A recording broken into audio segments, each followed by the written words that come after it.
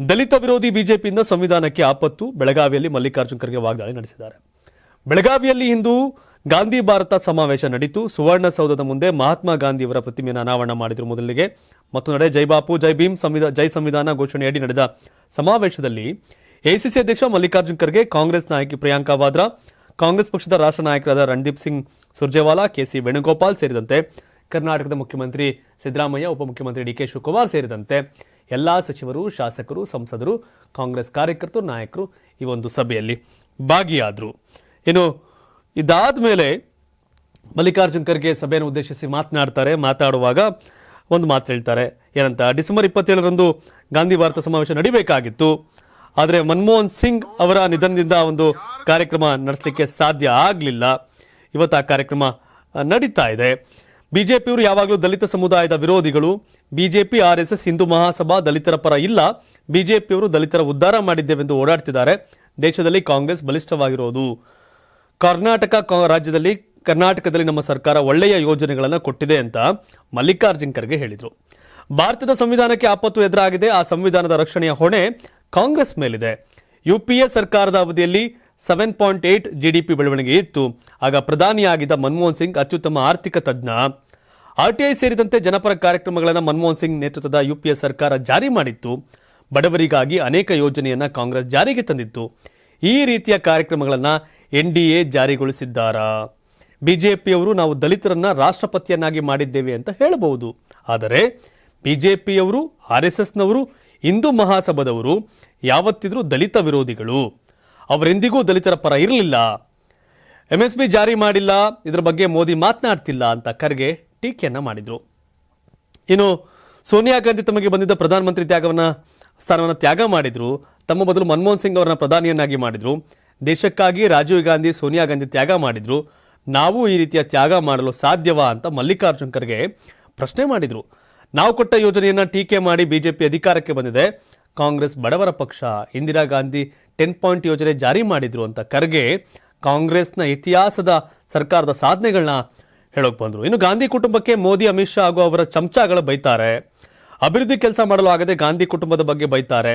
ನಾಥುರಾಮ್ ಗೋಡ್ಸೆ, ಸಾವರ್ಕರ್ ಶಿಷ್ಯ, ಗಾಂಧೀಜಿಯನ್ನ ಕೊಂದ ಗೋಡ್ಸೆಯನ್ನ ಮೋದಿ ಪೂಜೆ ಮಾಡ್ತಾರೆ ಅಂತ ಎಐಸಿಸಿ ಅಧ್ಯಕ್ಷ ಮಲ್ಲಿಕಾರ್ಜುನ್ ಖರ್ಗೆ ವಾಗ್ದಾಳಿಯನ್ನ ನಡೆಸಿದ್ರು. ಇದೇ ವೇಳೆ ಮಲ್ಲಿಕಾರ್ಜುನ್ ಖರ್ಗೆ ಅವರು ಪ್ರಿಯಾಂಕಾ ವಾದ್ರಾ ಅವರ ಹೊಗಳಿಕೆ ರಾಹುಲ್ ಗಾಂಧಿ ಅವ್ರನ್ನ ಹಿಂದಿಕ್ಕಿ ಪ್ರಿಯಾಂಕಾ ವಾದ್ರಾ ಅವ್ರನ್ನ ಮುಂದೆ ತರ್ತಿದ್ದಾರೆ ಅನ್ನೋ ಪ್ರಶ್ನೆನ ಹುಟ್ಟಾಕತ್ತೆ. ಹೌದು, ಏನಂತ ಹೇಳಿದ್ರು? ಬೆಳಗಾವಿ ಕಿತ್ತೂರು ರಾಣಿ ಚೆನ್ನಮ್ಮ ಜನ್ಮಭೂಮಿ. ಅವರು ದೇಶದ ಸ್ವಾಭಿಮಾನಕ್ಕಾಗಿ ಹೋರಾಟ ಮಾಡಿದ್ರು. ಬಿಜೆಪಿ, ಆರ್ಎಸ್ಎಸ್ ಬಗ್ಗೆ ಹೋರಾಟ ಮಾಡುವ ಯಾರಾದರೂ ಶಕ್ತಿಶಾಲಿ ಇದ್ದರೆ ಅದು ಪ್ರಿಯಾಂಕಾ ಗಾಂಧಿಗೆ ಮಾತ್ರ. ಪ್ರಿಯಾಂಕಾ ಗಾಂಧಿ ಯಾರಿಗೂ ಹೆದರೋದಿಲ್ಲ. ಅವರಿಗೆಲ್ಲ ರೀತಿಯ ಶಕ್ತಿ ಇದೆ. ನಮ್ಮ ಪಕ್ಷದ ಕಿತ್ತೂರು ರಾಣಿ ಯಾರಪ್ಪ ಅಂದ್ರೆ ಅದು ಪ್ರಿಯಾಂಕಾ ಗಾಂಧಿ. ಅವರ ಅಪ್ಪನನ್ನ ಕಳೆದುಕೊಂಡು ಬೆಳೆದವರು. ಈ ಗಾಂಧಿ ಕುಟುಂಬಕ್ಕೆ ಅಮಿತ್ ಶಾನೂ ಬೈತಾರೆ, ಮೋದಿನೂ ಬೈತಾರೆ, ಅವರ ಚಮಚಾಗಳು ಬೈತಾರೆ. ಅದ್ ಬಿಟ್ಟು ಅವರಿಗೆ ಬೇರೆ ಯಾವ ಕೆಲಸವೂ ಇಲ್ಲ ಅಂತ ಮಲ್ಲಿಕಾರ್ಜುನ್ ಖರ್ಗೆ ಲೇವಡಿ ಮಾಡಿದ್ದಾರೆ. ನಮ್ಮಲ್ಲಿ ವ್ಯತ್ಯಾಸ ತಂದಿಡುವ ಕೆಲಸವನ್ನ ಬಿಜೆಪಿಯವರು ಮಾಡ್ತಿದ್ದಾರೆ. ಅಂಬೇಡ್ಕರ್ಗೆ ಕಾಂಗ್ರೆಸ್ ಅವಮಾನ ಮಾಡಿತ್ತು ಅಂತ ಹೇಳ್ತಾರೆ. ಇದು ಸಾಧ್ಯವೇ ಇಲ್ಲ. ಅಂಬೇಡ್ಕರ್ ಪುತ್ಥಳಿ ಇಟ್ಟಿದ್ದು ಇಂದಿರಾ ಗಾಂಧಿ ಕಾಲದಲ್ಲಿ. ಇಂದಿರಾ ಗಾಂಧಿ ಸಂಸತ್ ಭವನದ ಮುಂಭಾಗ ಪುತ್ಥಳಿನ ಇಟ್ಟಿದ್ರು. ಆದರೆ ಈ ಮೋದಿ ಅಂಬೇಡ್ಕರ್ ಪುತ್ಥಳಿಯನ್ನು ಮೂಲೆಯಲ್ಲಿ ಹಾಕಿದ್ದಾರೆ ಅಂತ ಖರ್ಗೆ ಕಿಡಿಕಾರಿದ್ರು. ಇನ್ನೊಂದು ಕಡೆ ಕರ್ನಾಟಕದ ಎಐಸಿಸಿ ಅಧ್ಯಕ್ಷರು ಮಾತಾಡಿದ್ರು. ಇನ್ನು ಕೆಪಿಸಿಸಿ ಅಧ್ಯಕ್ಷರು ಮಾತಾಡಬೇಕಲ್ಲ, ಅವರೇನು ಮಾತಾಡಿದ್ರು? ಗಾಂಧೀಜಿ ಭಾರತದ ಆತ್ಮ. ಹೆಗಲ ಮೇಲೆ ಕೇಸರಿ ಬಿಳಿ ಹಸಿರಿನ ಕಾಂಗ್ರೆಸ್ ಶಾಲಿದೆ. ಎದೆಯ ಒಳಗೆ ಪವಿತ್ರ ಸಂವಿಧಾನವಿದೆ ಅಂತ ಡಿ ಕೆ ಶಿವಕುಮಾರ್ ಹೇಳಿದ್ದಾರೆ. ಅದ್ಭುತವಾಗಿ ಮಾತಾಡ್ದಂಗಿದೆ. ಮಹಾತ್ಮ ಗಾಂಧೀಜಿ ಭಾರತದ ಆತ್ಮ, ವಿಶ್ವಕ್ಕೆ ಶಾಂತಿ ಸಹಬಾಳ್ವೆ ಹೇಳಿಕೊಟ್ಟ ಪರಮಾತ್ಮ. ಇಂದು ಮುಂದು ಎಂದೆಂದು ನಮ್ಮದು ಗಾಂಧಿ ಮಂತ್ರ ಅಂತ DCM DK ಶಿವಕುಮಾರ್ ಹೇಳಿದರು. 100 ವರ್ಷಗಳ ಹಿಂದೆ ಮಹಾತ್ಮ ಗಾಂಧೀಜಿ ಅವರು ಕಾಂಗ್ರೆಸ್ ನಾಯಕತ್ವ ವಹಿಸಿಕೊಂಡು ದೇಶದ ಸ್ವಾತಂತ್ರ್ಯ ಹೋರಾಟ ಮುನ್ನಡೆಸಿದ್ರು. ಈಗ 100 ವರ್ಷಗಳ ನಂತರ ಈ ಐತಿಹಾಸಿಕ ಕಾರ್ಯಕ್ರಮವನ್ನು ನಡೆಸಿ ಮುಂದಿನ ಪೀಳಿಗೆಗೆ ಗಾಂಧೀಜಿಯವರ ತತ್ವ ಆದರ್ಶವನ್ನ ಸಾರಲು ಜೈ ಬಾಪು, ಜೈ ಭೀಮ್, ಜೈ ಸಂವಿಧಾನ ಸಮಾವೇಶ ಮಾಡ್ತಿದ್ದೇವೆ ಅಂತ ತಿಳಿಸಿದ್ರು. ಇದು ದೇಶದ ಜನರ ಐಕ್ಯತೆ, ಸಮಗ್ರತೆಗೆ ಗಾಂಧೀಜಿ, ಅಂಬೇಡ್ಕರ್ ಸ್ಮರಣೆ ಹಾಗೂ ಸಂವಿಧಾನ ರಕ್ಷಣೆ ಈ ಸಮಾವೇಶದ ಮುಖ್ಯ ಉದ್ದೇಶ. ಜೈ ಬಾಪು, ಜೈ ಭೀಮ್, ಜೈ ಸಂವಿಧಾನ ಇವು ಕೇವಲ ಘೋಷಣೆಗಳಲ್ಲ, ಭಾರತದ ಶಕ್ತಿ ಮಂತ್ರಗಳು.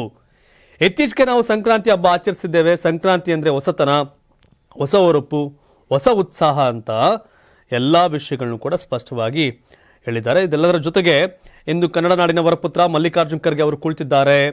1924ರಲ್ಲಿ ನಡೆದ ಬೆಳಗಾವಿ ಕಾಂಗ್ರೆಸ್ ಅಧಿವೇಶನವು ಸ್ವಾತಂತ್ರ್ಯ ಹೋರಾಟಗಾರರಿಗೆ ಸಂಕ್ರಾಂತಿಯಾಗಿ ಹುರುಪು ತಂದಿತ್ತು. ಗಾಂಧೀಜಿ ದೇಶಕ್ಕೆ ಸ್ವಾತಂತ್ರ್ಯ ತಂದರು, ಅಂಬೇಡ್ಕರ್ ಸಂವಿಧಾನ ಕೊಟ್ಟರು. ಗಾಂಧಿ ಭಾರತ ಎಂದರೆ ಸ್ವಾಭಿಮಾನಿಗಳ ಭಾರತ, ಏಕತೆಯ ಭಾರತ, ಸಾಮರಸ್ಯದ ಬದುಕಿನ ಭಾರತ, ಜಾತ್ಯತೀತ ಭಾರತ, ಸರ್ವೋದಯ ಭಾರತ ಅಂತ ಡಿ.ಕೆ. ಶಿವಕುಮಾರ್ ಹೇಳಿದರು.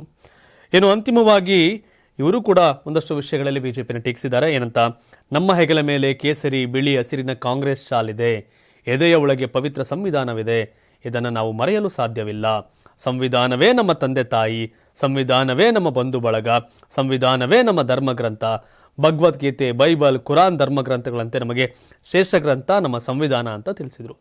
ನನ್ನ ದೇಹ ಸತ್ರು ನಾನು ಭಾರತದ ಸಂವಿಧಾನದ ರೂಪದಲ್ಲಿ ಬದುಕಿರ್ತೇನೆ ಅಂತ ಬಾಬಾ ಸಾಹೇಬ್ ಅಂಬೇಡ್ಕರ್ ಅವರು ಹೇಳಿದರು.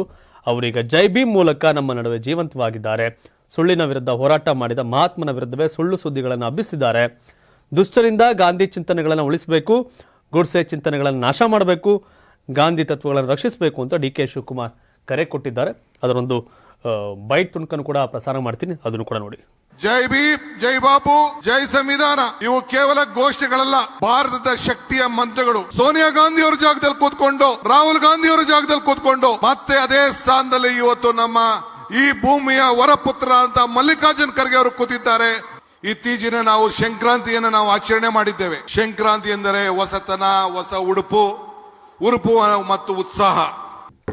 ಎಸ್, ಕೇಳಿದಲ್ಲ, ಮಲ್ಲಿಕಾರ್ಜುನ ಖರ್ಗೆ ಅವರು ಬಿಜೆಪಿ ಹೇಳ್ತಿರ್ತಕ್ಕಂಥ ನಾವು ದಲಿತ ವಿರೋಧಿಗಳಲ್ಲ, ದಲಿತ ವಿರೋಧಿಗಳು ಬಿಜೆಪಿಗರು, RSSಗರು, ಹಿಂದೂ ಮಹಾಸಭಾದವರು ಅಂತ ಹೇಳ್ತಿದ್ದಾರೆ. ಏನ ಕಡೆ ಡಿ.ಕೆ. ಶಿವಕುಮಾರ್ ಹೇಳ್ತಿದ್ದಾರೆ ದಲಿತ ವಿರೋಧಿಗಳು ಬಿಜೆಪಿಯವರು, ಸಂವಿಧಾನ ವಿರೋಧಿಗಳು ಬಿಜೆಪಿಯವರು ಅಂತ. ಆದರೆ ಬಿಜೆಪಿಯವರು ಇವ್ರ ಮೇಲೆ ಆರೋಪ ಮಾಡೋದೇನು? ಅಂಬೇಡ್ಕರ್ ಅವ್ರನ್ನ ಚುನಾವಣೆಯಲ್ಲಿ ಸೋಲ್ಸಿದ್ರು. ಇಷ್ಟೆಲ್ಲ ದಲಿತ ಪರ ಅಂತ ಕರೆಯುವಂಥ ಕಾಂಗ್ರೆಸ್ನವರು ಅಂಬೇಡ್ಕರ್ ಅವ್ರನ್ನ ಚುನಾವಣೆಯಲ್ಲೇ ಸೋಲ್ಸಿದ್ರು. ಅವ್ರು ಸತ್ತಾಗ ಅವ್ರ ದೇಹವನ್ನು ಅಂತ್ಯ ಸಂಸ್ಕಾರ ಮಾಡ್ಲಿಕ್ಕೆ ಜಾಗ ಕೊಡಲಿಲ್ಲ ಕಾಂಗ್ರೆಸ್ ಅವರು. ಅದೆಲ್ಲದರ ಜೊತೆಗೆ ಭಾರತ ರತ್ನವನ್ನು ಅವ್ರಿಗೆ ಕೊಟ್ಕೊಂಡ್ರು ಕಾಂಗ್ರೆಸ್ ನಾಯಕರುಗಳು. ಭಾರತ ರತ್ನವನ್ನು ಅಂಬೇಡ್ಕರ್ಗೆ ಕೊಡಲಿಲ್ಲ ಅನ್ನೋ ಆರೋಪಗಳನ್ನ ಬಿಜೆಪಿಗರು ಮಾಡ್ತಾರೆ. ಇನ್ನೊಂದು ಕಡೆ ದಲಿತರ ಸನ್ನಿವೇಶಗಳನ್ನ ನೋಡೋದೇ ಆದರೆ ದಲಿತ ನಾಯಕರು ಒಂದಷ್ಟು ಕಾಂಶಿರಾಮ್ ಅವರು, ಮಾಯಾವತಿ ಅವರು ಸತತವಾಗಿ ಕಾಂಗ್ರೆಸ್ಸನ್ನು ವಿರೋಧ ಮಾಡ್ತಾರೆ. ಸಂವಿಧಾನದ ವಿಚಾರದಲ್ಲಿ ಬಿಜೆಪಿಯನ್ನು ವಿರೋಧ ಮಾಡ್ತಾರೆ, ಕಾಂಗ್ರೆಸ್ಗರನ್ನು ವಿರೋಧ ಮಾಡ್ತಾರೆ. ದೇಶದ ಹಾಗೆ ನೋಡಿದ್ರೆ ಸ್ವಾತಂತ್ರ್ಯದ ನಂತರ ದಲಿತ ಮಹಾನಾಯಕರಲ್ಲಿ ಕಾಂಶಿರಾಮ್ ಕೂಡ ಒಬ್ಬರು. ಕಾಂಶಿರಾಮ್ರು ಹಾಗೆ ಈಗಿರ್ತಕ್ಕಂಥ ಮಾಯಾವತಿಯವರು ಕಾಂಗ್ರೆಸ್ಸನ್ನು ಕೂಡ ವಿರೋಧ ಮಾಡ್ತಾರೆ. ಸೊ ಹಾಗಾಗಿ ದಲಿತರ ವಿಚಾರವನ್ನು ಇಟ್ಕೊಂಡು ಕಾಂಗ್ರೆಸ್ ಅವರು ರಾಜಕಾರಣ ಮಾಡ್ತಾರೆ, ಬಿಜೆಪಿಗರು ರಾಜಕಾರಣ ಮಾಡ್ತಾರೆ, ಎಲ್ಲರೂ ರಾಜಕಾರಣ ಮಾಡ್ತಾರೆ ಅನ್ನೋ ಚರ್ಚೆ. ಬಟ್ ಸಹಜವಾಗಿ ಬಿಜೆಪಿಯವರು ಕಾಂಗ್ರೆಸ್ನ ದಲಿತ ವಿರೋಧಿ ಅಂಬೇಡ್ಕರ್ ಅವ್ರನ್ನ ಸೋಲ್ಸಿದ್ರು, ಸತ್ತಾಗ ಜಾಗ ಕೊಡಲಿಲ್ಲ, ಭಾರತ ರತ್ನ ಕೊಡಲಿಲ್ಲ ಅಂತ ಕಾಂಗ್ರೆಸ್ನ ಆರೋಪ ಮಾಡ್ತಾರೆ ಬಿಜೆಪಿಗರು. ಇನ್ನು ಬಿಜೆಪಿಯವರು ಸಂವಿಧಾನವನ್ನು ಬದಲಾವಣೆ ಮಾಡ್ತಾರೆ, ಅವರೇ ಸರಿ ಇಲ್ಲ ಅಂತ ಕಾಂಗ್ರೆಸ್ ಅವರು ಆರೋಪ ಮಾಡ್ತಾರೆ. ಇನ್ನು ಕಾಂಶಿರಾಮ್ ಅನುಯಾಯಿಗಳು ಮತ್ತು ಮಾಯಾವತಿಯವರ ಅನುಯಾಯಿಗಳು, ಫಾಲೋವರ್ಸ್ ಎಲ್ಲ ಕಾಂಗ್ರೆಸ್ಸು ಸರಿ ಇಲ್ಲ, ಬಿಜೆಪಿನೂ ಸರಿ ಇಲ್ಲ ಅಂತ ಹೇಳ್ತಾರೆ. ಬಟ್ ಇದೊಂಥರ ಸಮುದಾಯವನ್ನು, ನೊಂದ ಬೆಂದ ತುಳಿತಕ್ಕೆ ಒಳಗಾದ ಸಮುದಾಯವನ್ನು ಬೆಳೆಸೋದಕ್ಕಿಂತ, ಸ್ಥಾನಮಾನ ಕೊಡೋಕ್ಕಿಂತ ರಾಜಕೀಯವಾಗಿ ಬೆಳೆಸ್ಕೊಂಡಿದ್ದೆ ಜಾಸ್ತಿ. ಯಾಕೆಂದರೆ ಇವತ್ತು ಕಾಂಗ್ರೆಸ್ ನಾಯಕರು ಇಷ್ಟೆಲ್ಲ ಮಾತನಾಡ್ತಿದ್ದಾರೆ. ಬಟ್ ಒಂದು ಮಾತು ಚರ್ಚೆಲಿತ್ತು ಒಂದು ವಾರದಿಂದ. ಪಾಪ ದಲಿತ ನಾಯಕರು ಅವರು ಒಂದು ಊಟಕ್ಕೂ ಡಿನ್ನರ್ ಪಾರ್ಟಿಗೂ ಅವಕಾಶ ಕೊಡಲಿಲ್ಲ ಅಂತ ಟೀಕೆ ಮಾಡ್ತಿದ್ರು ಇವ್ರನ್ನ. ಪರಮೇಶ್ವರ್ ಅವರು, ಮಹದೇವಪ್ಪನವರು ಇವರೆಲ್ಲ ದಲಿತ ಮುಖ್ಯಮಂತ್ರಿ ಕೂಗೆದ್ದಾಗ SC/ST ಸಮುದಾಯದವರು ಊಟ ಮಾಡಬೇಕು ಅಂದಾಗ ಅದಕ್ಕೂ ಕೂಡ ಹೈಕಮಾಂಡ್ ಬ್ರೇಕ್ ಆಗಿತ್ತು ಅನ್ನೋ ಆರೋಪವನ್ನು ಬಿಜೆಪಿಗರು ಮಾಡಿದರು. ಸೊ ಹಾಗಾಗಿ ಎಲ್ಲ ಪಕ್ಷಗಳಿಂದಲೂ ದಲಿತರಿಗೆ ಅನ್ಯಾಯ ಆಗಿದೆ ಅನ್ನೋ ಚರ್ಚೆ ಅದಂತೂ ಸಾರ್ವಕಾಲಿಕ ಸತ್ಯ. ನೋಡಬೇಕು ಯಾರು ಹೆಚ್ಚು ಅನ್ಯಾಯ ಮಾಡೋರೆ ಅಂತ ಈಗ ಚರ್ಚೆ ಆಗಬೇಕಷ್ಟೇ. ಎಲ್ಲರೂ ಅನ್ಯಾಯ ಮಾಡಿದ್ದಾರೆ ಅನ್ನೋದಂತೂ ಸತ್ಯ. 84ರಿಂದ 50 kg ಬಂದೆ, ಆಮೇಲೂ ಸಣ್ಣಗೆ ಫಿಟ್ ಆಗಿದ್ದೀನಿ. ಅದಕ್ಕೆ ನಾನು ಯೂಸ್ ಮಾಡ್ತಾ ಇರೋದು ಜೀನಿ ಸ್ಲಿಮ್. ಸಣ್ಣ ಆಗೋಕ್ಕೆ ಜೀನಿ ಸ್ಲಿಮ್ ಯೂಸ್ ಮಾಡಿದೆ, ಹೆಲ್ದಿನೂ ಅದೇ. ನೀವು ಸಣ್ಣ ಆಗಬೇಕಾ, ಹೆಲ್ದಿ ಆಗಬೇಕಾ? ಹಾಗಿದ್ರೆ ಜೀನಿ ಸ್ಲಿಮ್ ಯೂಸ್ ಮಾಡಿ. ಸಣ್ಣ ಆಗೋದಕ್ಕೆ ಯಾವುದೋ ಪ್ರಾಡಕ್ಟ್ ಹೇಳ್ತಾ ಇದ್ದಾಳೆ, ಏನಾದರೂ ಸೈಡ್ ಎಫೆಕ್ಟ್ಸ್ ಇದೆ ಅಂತ ಯೋಚನೆ ಮಾಡ್ತಾ ಇದ್ದೀರಾ? ಖಂಡಿತ ಇಲ್ಲ, ಯಾಕಂದರೆ ಇದು ಕೆಮಿಕಲ್ ಫ್ರೀ. ಸಣ್ಣ ಆಗಬೇಕು ಅಂದರೆ ಜೀನಿ ಸ್ಲಿಮ್ ಯೂಸ್ ಮಾಡಿ. ಹೆಚ್ಚಿನ ಮಾಹಿತಿಗೆ ಕೆಳಗೆ ಡಿಸ್ಪ್ಲೇ ಆಗ್ತಿರೋ ನಂಬರ್ಗೆ ಕಾಲ್ ಮಾಡಿ.